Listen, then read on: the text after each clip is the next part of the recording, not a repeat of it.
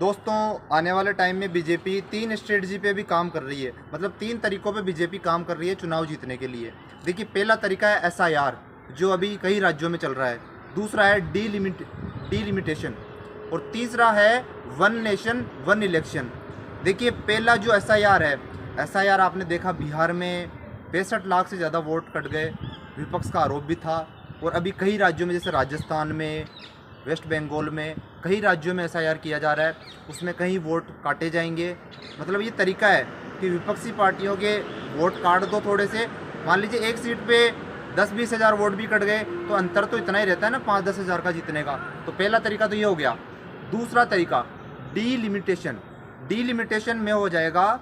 जो दक्षिण के राज्य है, जैसे अपने ये आंध्र प्रदेश, तमिलनाडु, जो दक्षिण के राज्य हैं, मतलब जनसंख्या के हिसाब से सीटें बढ़ा दी जाएगी लोकसभा की सीटें हैं 543।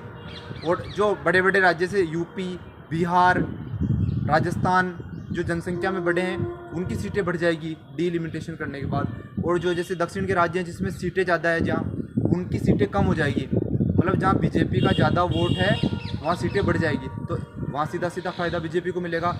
तीसरा तरीका है one nation one election. One nation one election का मतलब है एक देश एक चुनाव।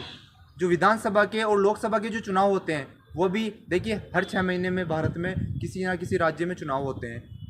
वन नेशन वन इलेक्शन के होने के बाद सारे चुनाव 5 साल में एक बार होंगे। तो इनका फ्यूचर प्लान है कि अभी देखिए, इनको हर 6 महीने में जनता के बीच में जाना पड़ता है।